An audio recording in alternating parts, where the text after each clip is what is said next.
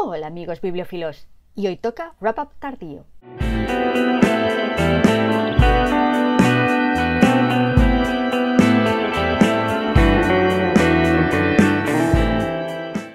Sí, un poco tarde, pero aquí traigo el resumen de las lecturas de octubre, que en total fueron 7 libros, sí, 7, aunque tiene un poco de trampa porque la mayoría de ellos eran muy delgaditos, y que agruparemos con el título de Leo Autoras Octubre. Como ya sabéis, en octubre está esta iniciativa de leer exclusivamente libros escritos por autoras, y yo en principio no suelo decir si lo voy a hacer o no porque soy muy inconsistente. Soy el perro de la película Up. Yo de repente veo otro título, otro autor que me interesa y no puedo resistirme. Pero poquito a poquito sí que conseguí hacerlo, así que son 7 libros de 7 autoras diferentes. Y pongámonos en harina, que si no nos dan las uvas. El primer libro que leí fue Agatha Racing y el mago de Evesham de M.C. Beaton, que es un murder mystery clásico, un ¿quién lo hizo? De toda la vida. Es parte de una serie de libros protagonizados por Agatha Racing, que es una publicista de mediana edad que se retira y decide irse a vivir a un pueblecito en la costa porque cree que será un lugar tranquilo, la muy inocente. En este caso, Agatha necesita un nuevo corte de pelo y decide ponerse en las manos de un peluquero que al parecer tiene muy buena fama en lo que a su profesión se refiere, pero que por el comportamiento de varias mujeres, simplemente al oír su nombre, tal vez oculte mucho más de lo que parece. Es una lectura ligera y entretenida, pero en cuanto a puzzle es muy básica. Todas las novelas de la autora que he leído tienen puzzles que realmente ni siquiera merecen ese nombre. He visto episodios de Se ha escrito un crimen más complejos. De hecho, todos ellos. No lees a la detective aficionada Agatha Racing por los puzzles, lo haces por los personajes y por el humor. Pero claro, como yo he leído los libros de la serie a saltos, me he perdido mucho de la historia horizontal. No es un problema para entender la novela, pero creo que limita un poco mi aprecio por los personajes. De todas formas, una novela muy ligera para pasar el tiempo, perfecta para desatascar el cerebro después de una lectura pesada. El segundo libro que leí fue Inmersión, un sendero en la nieve, de Lidia Chukovskaya, del que ya hice una videoreseña. Nos habla de una traductora y poeta soviética que en 1949 viaja a Finlandia, a la parte que se quedó la URSS, para pasar una temporada en un albergue con otros artistas, y allí los huéspedes y otras personas le van contando historias terribles del régimen stalinista y de la guerra. Pero si queréis saber más, podéis echarle un vistazo a la videoreseña. El siguiente libro que leí fue Cuando el emperador era Dios, de Yuli Otsuka. De Yuli Otsuka leí Buda en el ático, que me encanta y que es una de mis sagas familiares favoritas, que está contada de una forma particular, en plural de la primera persona, por todo un grupo de japonesas que viajan a Estados Unidos para casarse con japoneses que viven allí y que ellas nunca han visto. Y Cuando el emperador era Dios empieza más o menos donde termina Buda en el ático, en la evacuación de japoneses a campos de concentración. Que esto lo sabéis todos, pero por si acaso, durante la Segunda Guerra Mundial, tras el bombardeo de Pearl Harbor por los japoneses y la entrada en la guerra de los Estados Unidos, los estadounidenses metieron a los descendientes de japoneses que vivían en su país en campos de concentración. Porque los estadounidenses son mucho de copiar lo malo. ¡Ah! ¿Que Joseph está haciendo una nueva purguita? Vamos a organizar nosotros una persecución de personas que consideremos sospechosas y llamarla caza de brujas. De verdad, qué manía más horrible. La novela se cuenta desde el punto de vista de 5 narradores. Una mujer que es madre de familia y cuyo marido fue detenido por las autoridades, su hija, el hijo pequeño, un narrador plural de los prisioneros que volvieron a sus casas después de la guerra y que tuvieron que soportar el odio y la desconfianza de sus vecinos pese a no haber hecho nada, y otro narrador en el epílogo que prefiero mantener oculto. La crónica de una gente normal, a la que metieron en campos de concentración, en este caso en mitad del desierto, solo porque su país de origen había declarado la guerra a su país de adopción. El libro habla de esa familia, que de alguna manera representa a todos esos japoneses, aunque es en la voz plural donde el libro destaca y la parte que más me ha gustado. Yuli Otsuka tiene un talento especial para escribir en ese plural de la primera persona, destilando en una voz múltiple la vivencia de todos aquellos japoneses que pasaron por un infierno y que luego, además, tuvieron que actuar de la forma más pacífica y menos agresiva posible para no despertar el resentimiento de los americanos blancos. Que sí, que podéis decir que los campos de concentración americanos eran menos terribles que los de los japoneses, pero eso no tiene mucho mérito, dado que es compararlos con los de un imperio fascista que prefería que sus soldados se suicidaran a que fueran hechos prisioneros porque lo consideraba un deshonor. Es como decir, he matado a menos gente que Gengis Khan, o soy menos ambicioso que el emperador Qin Shi Huang. Ya, Tú y todo el mundo. No es que el listón esté bajo ahí, es que no hay listón. Aún así, los campos de concentración americanos seguían siendo campos de concentración, donde estaban encerrados civiles, sin juicio, sin condena, por el solo hecho de ser japoneses, no sabiendo si iban a vivir o morir, no sabiendo si los iban a deportar a Japón, un país con el que muchos de ellos ni siquiera tenían vínculo directo porque habían nacido en Estados Unidos. Todo mal.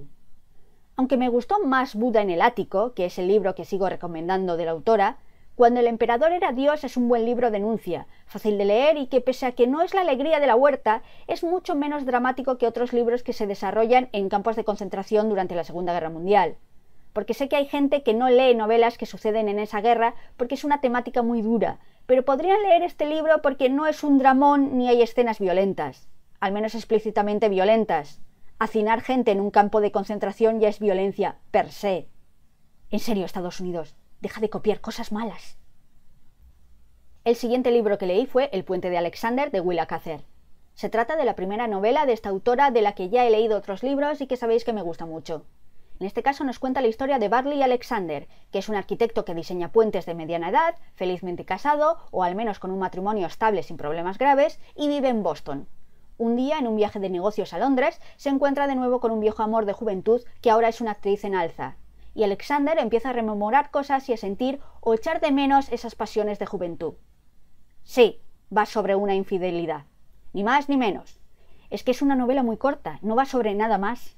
En esta clase de historia se corre el riesgo de o resultar demasiado moralista pintando al marido como un inmoral y un vicioso, o describir la relación de infidelidad como una pasión inevitable, incluso poniendo a la esposa como arpía si fuera necesario.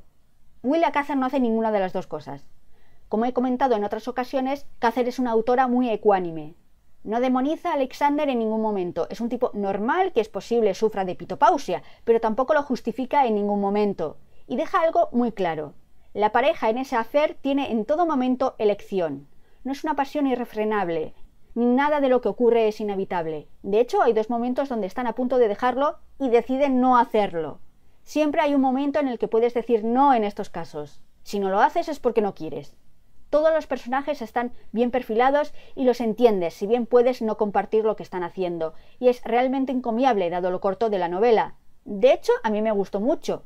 No es lo mejor de la autora y como Pioneros, que publicó el mismo año, tiene un giro un poco dramático al final, aunque ni la mitad que Pioneros, que a Willa Cather no le va bien del todo, pero me pareció muy entretenido de leer y un buen libro.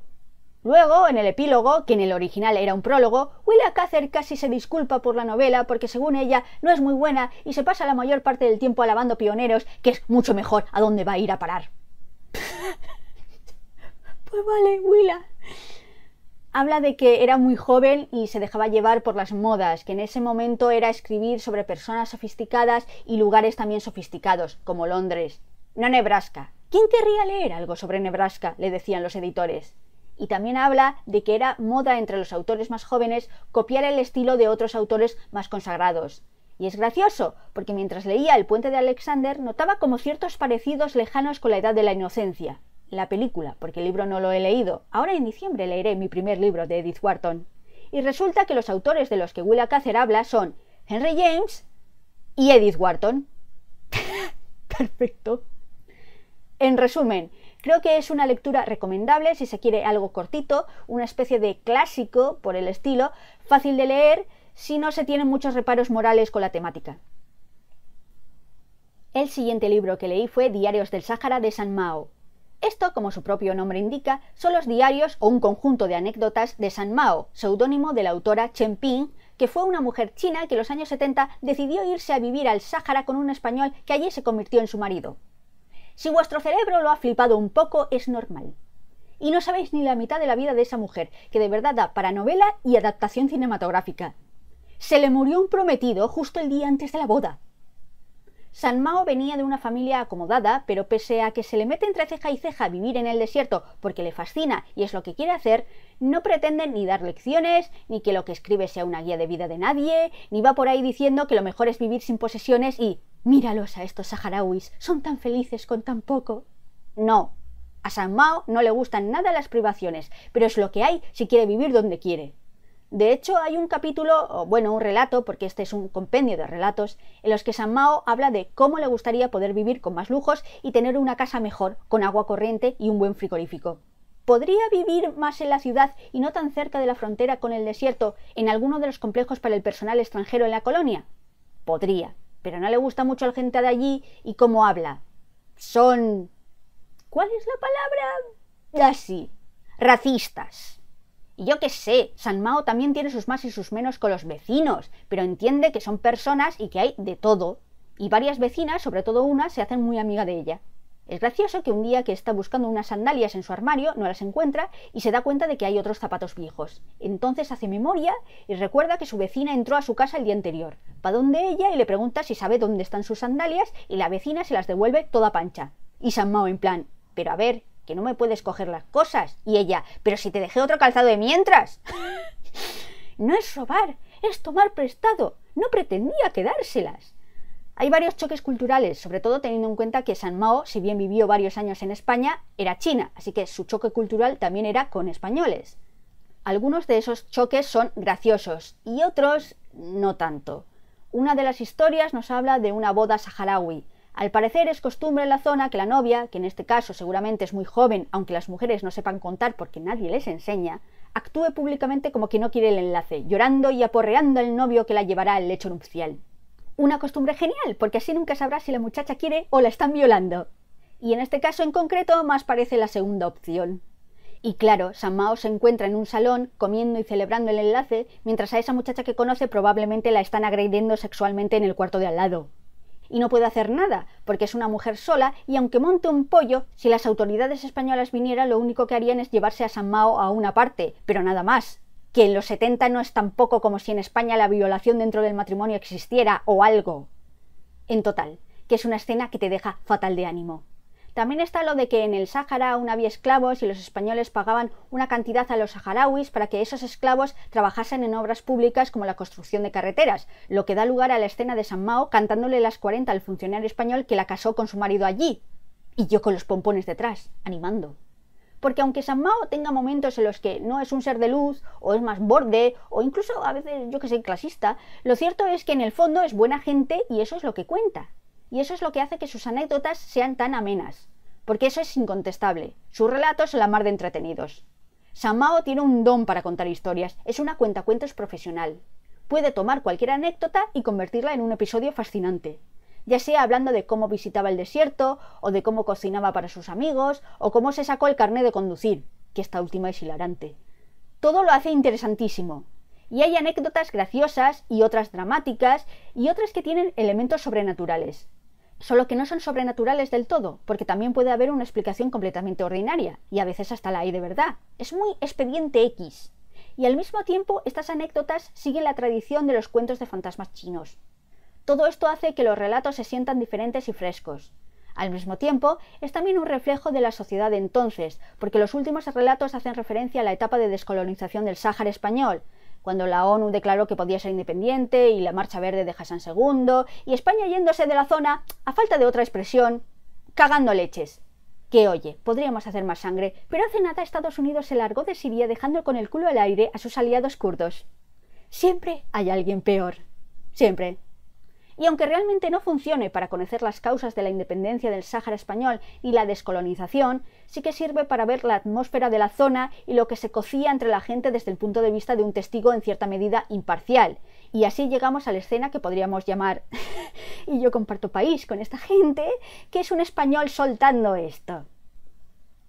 Joder con esta gente, no saben ni comer ni recoger su mierda y encima piden la independencia. España es demasiado benevolente con ellos. Por lo que sé, los saharauis se atreven a insultarnos cuando en el fondo nosotros podríamos matarlos a todos. ¡Puf! Pero si solo son unas 70.000 personas, podemos liquidarlos con metralletas sin casi despeinarnos. Podríamos hacer lo que Hitler hizo con los judíos. Sigue hablando y diciendo burradas de, por ejemplo, Taiwán, donde vivía la familia de San Mao, sin tener ni pajolera idea, lo cual es deporte nacional, y San Mao totalmente escandalizada y su marido sacándola de allí antes de que la monte. ¡Enhorabuena, San Mao! ¡Ya eres española! ¡Te fastidias! Haber elegido ser sueca. En definitiva, el libro es una colección de historias y anécdotas muy entretenida que nos habla de una mujer extraordinaria que se fue a vivir al Sáhara. y allí le pasó de todo. El siguiente libro que leí fue El regreso del soldado de Rebecca West. Es una novela corta narrada desde el punto de vista de Jenny, la prima de Chris Baldry, un hombre que llega desde el frente en la Primera Guerra Mundial y que aparentemente ha perdido la memoria. No recuerda nada de los últimos 15 años, no recuerda la contienda, no recuerda a su mujer, solo recuerda a una tal Margaret que fue un amor de juventud y que Jenny se ve obligada a llamar para que la vea. Me da la impresión de que esta novela va sobre otra cosa. Quiero decir, obviamente va sobre cómo, aparentemente, madurar significa ir dejando cosas que quieres y sufrir los contragolpes de la vida. Resignarse. Que no debería ser así, pero que nuestra vida moderna dicta que debe ser así. Eres un hombre, hazte cargo de tus responsabilidades. Ser feliz es para los niños. Pero quiero decir que también creo que dice algo de la guerra, porque Chris está totalmente bien, sano de cuerpo, solo que sufre amnesia. Está enamorado y feliz, y no puede volver a la guerra. Tiene que dejar de serlo para volver a luchar. Cuando apechugue y se haga adulto, entonces estará preparado para volver al frente, a matar. Todos desean que se cure, y curarse significa volver a recordar todo lo malo y que vuelva a una trinchera de mierda a matar o morir. Es algo bastante horrible si lo piensas. ¿Puede que este libro vaya de cómo la Primera Guerra Mundial rompió su lugar feliz? ¿El periodo feliz de Europa? ¿Va de eso? No sé, es una idea que se me metió, sobre todo al leer la frase final del libro. En cuanto a estilo, se me asemejó a Henry James. Una narradora indirecta, una forma de hablar de sentimientos pero sin mostrarlo de frente en diálogos. No sé, se me hizo parecido, pero sin ser tan cargante. Es un libro que se lee fácil, que no está mal, pero me dejó un poco fría. No sé, tal vez sea el modo de contarlo. No me dejó poso. Y el último libro que leí fue Tierra de mujeres, una mirada íntima y familiar al mundo rural, de María Sánchez, que se trata de un ensayo sobre, como el título indica, el mundo rural. Y sobre todo de la mujer en el mundo rural, aunque no se reduce a eso. Es una mirada muy somera, lo cual es bueno y malo. Quiero decir, es lo que pretende, dar una visión general, aludir a las distintas problemáticas del mundo rural, pero a mí me supo a poco porque todo lo que cuenta ya lo sabía. Que soy de pueblo. Un pueblo no tan rural, de ahí que alguien de caserío pueda llamarme calecume, que es una forma de decir urbanita en euskera y que he visto usar como insulto, pero con familiares que han tenido y trabajado en un caserío. De hecho, resuena de forma muy familiar lo que dice María Sánchez de que las mujeres siempre han trabajado en el mundo rural, pero muy raramente han sido remuneradas. Ni siquiera la tierra era suya. Y eso es cierto. Mi abuela no heredó el caserío de donde venía, ni siquiera hubiera tenido la posibilidad, porque en el País Vasco rige el mayorazgo, y en esa época era mayorazgo masculino. Solo el hijo mayor heredaba todo el caserío. Daban al resto una cantidad de dinero, para la dote, por ejemplo, que según mi abuela fue una mierda y así murió merecidamente su padre como murió. Y sabiendo cómo murió mi bisabuelo, sí, el karma existe. Total, que el libro me supo a poco. Entiendo que tiene como objetivo hablar un poco de esa problemática y no dar soluciones, porque eso es mucho más complejo, pero se me quedó un poco como entre dos aguas, porque no va por lo muy personal, aunque use anécdotas de su familia, y tampoco a lo muy técnico o más genérico. De hecho, la parte que más me gustó fue la final, cuando habla de su abuela y de su madre, pero tampoco se centra mucho en ello, porque quiere dar una visión también más amplia que su propia experiencia. Aún así, juraría que hay un capítulo entero que tiene como objetivo darle una colleja virtual a Sergio del Molino y no me pudo hacer más gracia. Que si no era la intención, lo disimula muy bien. El libro puede servir a aquellos que no tienen ni idea del mundo rural, como introducción. Yo creo que sirve muy bien a eso. También, como alguien me comentó en Goodreads, si tenéis mujeres mayores en la familia que trabajan en el campo, se sentirán identificadas, porque por mucho que este libro no cuente nada nuevo, la literatura rural siempre ha estado escrita por y para los hombres, ignorando bastante a las mujeres, y al menos María Sánchez intenta paliar esa carencia. Y ya está, eso es todo. Tarde y largo, ya lo sé. Así me ha costado hacer este vídeo como me ha costado que escribir el guión, madre mía, ni un parto. Pero en fin, espero que os haya gustado, que os haya entretenido, que os haya ayudado si teníais dudas respecto a alguno de los títulos. Y sin más, me despido. Gracias, como siempre, por estar ahí, escuchándome. Hasta la próxima vez. Adiós.